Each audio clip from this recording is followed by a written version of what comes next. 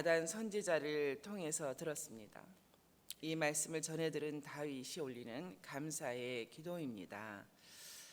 언젠가 이미 초창기에 제가 30대 초반이었을 때 그 IMF가 있었습니다. 참 모든 사람들이 경제적으로 많이 어려워했을 때입니다.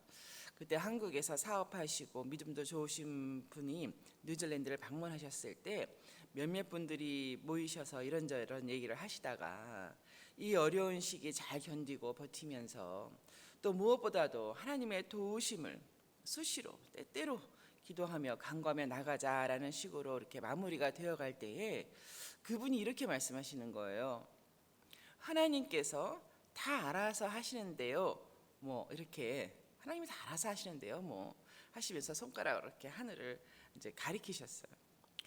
하나님이 다 알아서 하시니까 뭐 아무 걱정할 것도 없고 뭐 그렇게 밤잠 못 자고 설칠 필요도 없다 이렇게 말씀하시는데 제가 그때는 이렇게 믿음도 약하고 하나님을 알아갈 때여서 그런지 와 믿음이 그런 거구나 그런 건가 보다라고 할 때였습니다. 그리고 그런 어떤 일종의 신앙 고백이잖아요. 하나님이 다 알아서 하시는데요. 뭐 이렇게 하는 게 그런 신앙 고백도 좀 놀라웠습니다. 그렇게 이해할 수 있는가. 그런데 이제 솔직히 살아가면서 때를 만날 이렇게 어려운 때를 만날 때마다 저 자신은 그렇게 하지 못하는 거예요. 이렇게 어렵고 괴로운 일을 만날 때, 힘든 상황을 만날 때, 뭐 하나님이 다 알아서 하시는데요. 뭐 이렇게 딱 이렇게 되지를 않는 것입니다. 나는 믿음에 문제가 있는가? 이렇게 하나님이 다 알아서 하신다는 그런 믿음의 고백도 있던데 나는 왜 자꾸 붙들게 기도하게 되고 울게 되고 부르짖게 되는가? 그렇게 할 때가 있었습니다. 그런데 오늘 그 다윗의 감사 기도를 통해서 또 여러 주석을 보고 특별히 칼빈 주석을 보니까 기도에 대해서 참 중요한 교훈이 있다는 것을 알게 되었습니다. 그것은 다름 아닌 하나님의 뜻, 또 하나님께서 말씀하신 많은 약속들이 있지 않습니까?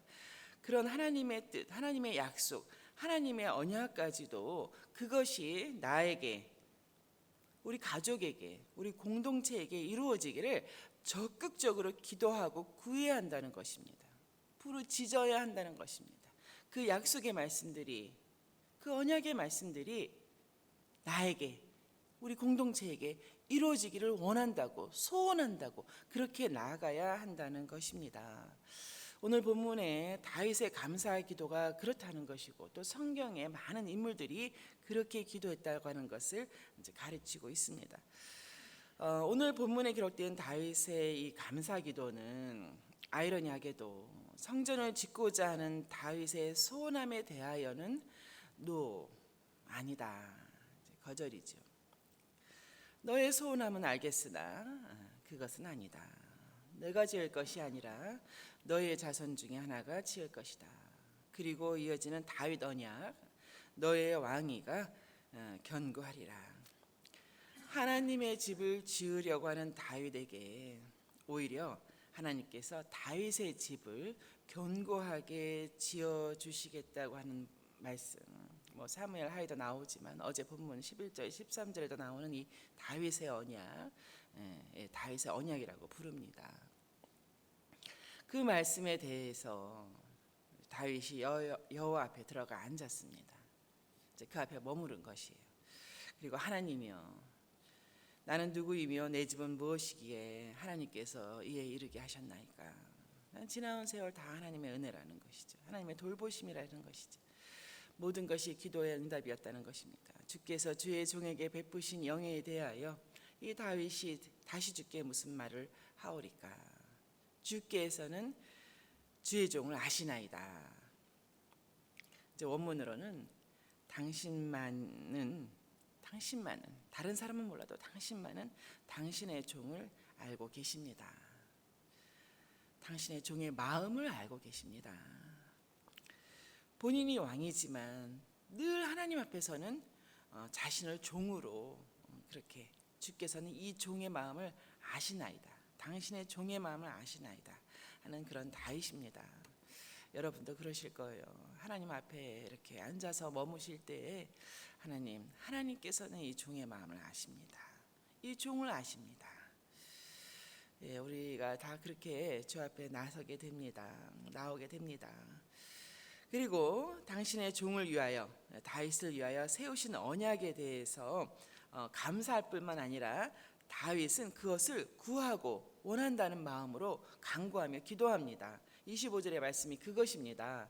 나의 하나님이여, 주께서 종에게 대하여 종을 위하여서 이 왕조를 견고히 세우실 것을 이미 듣게 하셨으므로, 그 들은 말씀이죠. 하나님의 언약의 말씀이십니다.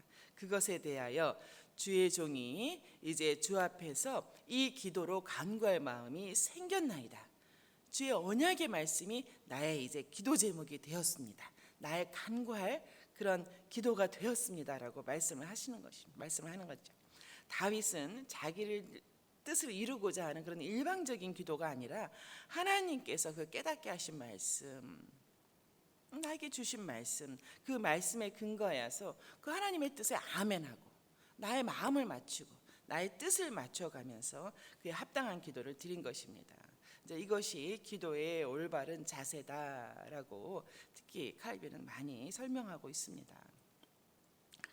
하나님께서 당신의 주권이죠. 주권적으로 각 개인의 또 공동체의 또 나라에 대한 그 앞날의 일들을 작정하신 것이죠.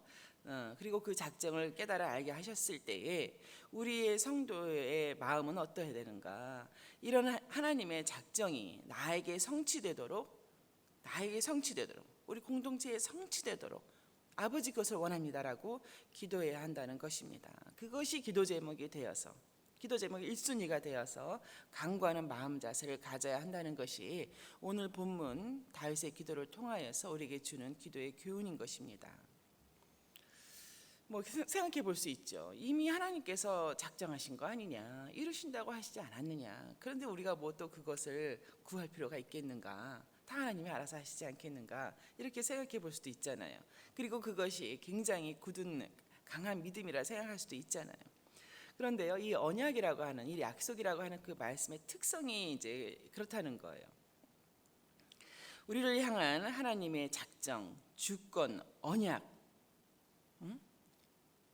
그것이 성도의 소원함, 성도의 기도를 통해서 성취된다는 것입니다. 큰 부르짖음, 간절함을 통하여서 성취된다는 것입니다. 에스겔서에서는 이 부분에 대해서 아주 선명하게 말씀하시고 계십니다. 에스겔서 36장인데요. 36절에 이제 이렇게 하나님께서 그 앞날을 말씀하셨어요. 너희 사방에 남은 이방 사람들이 나 여호와가 무너진 곳을 건축하며 황폐한 자리에 심은 줄을 알리라. 말씀하신 것이죠. 나 여호와가 말하였으니 이루리라. 나의 주권이다. 나의 약속이다. 라고 이제 말씀하셨습니다. 근데 그 다음에 37절 말씀이 이런 것입니다. 37절 말씀에 주 여호와께서 이같이 말씀하셨느니라, 이같이 약속을 하셨느니라. 그래도 이스라엘 족속이 이같이 자기들에게 이루어 주기를 내게 간구하여야 할지라라고 말씀하셨습니다. 이것이 무슨 뜻입니까? 이것이 바로 하나님께서 그를 신뢰하는 백성들에게 당신의 주권적인 은혜를 성취시켜가는 방식이라고 할 수 있겠습니다. 그래도 주께서 이렇게 다 말씀하시고 선지자를 통하여서 여러 가지 모양새로 알게 하셨어도 그래도 이스라엘 족속이 이같이 자기들에게 이루어지기를 내게 간구하여야 할지라. 저는 이 며칠 동안에 이 말씀이 저에게 너무 은혜가 되는 거예요. 우리가 힘든 상황을 만났을 때는 여러분 어떠세요? 무엇을 기도해 나갈지, 우리 흔히 기도의 줄이라고 하잖아요. 어떻게 기도해 나갈지도 그 마음이 다 무너진 상태에서는 알 수가 없습니다. 그냥 중언부언하게 되고 이미 하나님께서 성취하신 말씀에 대해서도 또 뭔가를 자꾸 조르는 식으로 기도하게 되고 나의 뜻을 일방적으로 자꾸 주께만 중언부언한다고 하게 되는 것이죠. 그렇게 될 때가 있습니다. 근데 이번에 이 말씀을 보면서 이게 무슨 말씀인가 여러 주석을 보고 또 읽고 여러 번역본을 보면서 하나님께서 그 부분에 대해서 나에게 주신 말씀이 있는데 그 말씀이 이루어지기를 원한다고, 내가 간구한다고, 내가 소원한다고 기도하는 그것이구나라고 다시 기도의 줄을 잡을 수 있게 되었습니다. 뭐 여러분은 어떠십니까? 여러분에게도 뭐 지난 살아오는 날 동안에 어려울 때 기도하시고 간구하실 때 하나님이 주신 그런 말씀들이 있으실 거예요. 지금이 바로 그 말씀이 내게 이루어지기를 원한다고, 우리 가정에 이루어지기를 원한다고, 우리 자녀들에게 이루어지기를 원한다고, 주의 말씀이 이루어지기를 원한다고 기도할 때가 아닌가. 그것이 기도 제목이 되어야 되지 않겠는가, 이제 그렇게 생각을 하게 됩니다. 이제 그 예로서 하나님께서 이스라엘 바벨론 포로 기간 70년이 될 것을 말씀하셨어요. 예레미야를 통해서 말씀하셨어요. 그 이후에는 돌아오게 하시겠다고 이렇게 말씀하셨어요. 그런데 그 70년이라고 하는 게 우리는 지나고 나니까 알지만 그 70년이라고 하는 그것이 언제가 시작점이 되는지는 알 수가 없었어요. 그 당시는 여러 번에 걸쳐서, 이제 3번에 걸쳐서 포로들이 끌려갔기 때문에 어느 시점부터 70년을 말하시는가 이것을 알 수는 없었어요. 그런데 주의 약속의 말씀은 있었어요. 70년이 지나고 나면 돌아오게 하리라. 자, 그런 상황에서 다니엘, 그 포로 바벨론에 있었지 않습니까? 다니엘은 기도했던 것이죠. 그리고 또 그 연한을 나중에 깨달아 알게 됐던 것이죠. 그렇습니다. 하나님이 하신 말씀에 대해서 우리는 그것이 언제, 어떻게, 어떤 형태로 하실지를 우리는 알지를 못합니다. 그러므로 하나님 그것이 이루어지게, 하나님의 방식으로 이루어지게 해달라고 간구하는 것이죠. 그렇습니다. 우리 하나님께서는 우리에게 주신 많은 그 기도의 응답들, 약속들, 언약에 대하여서 그의 말씀을 전적으로 신뢰하고 확신하면서 그렇게 되기를 부르짖는 백성들의 기도를 원하시는 분이라고 하는 것입니다. 응답하신 말씀에 만족만 하고 있을 것이 아니라 말씀이 성취되기를, 이 땅에서 이루어지기를 열심으로 간구하는 마음이 중요합니다. 다윗이 그렇게 기도했습니다. 23절에 여호와여, 이제 주의 종과 그의 집에 대하여 말씀하신 것을 말씀하신 대로 견고하게 하시고, 또 24절 하반부에는 주의 종 다윗의 왕조가 말씀하신 대로 주 앞에서 견고히 서게 하옵소서라고 기도했습니다.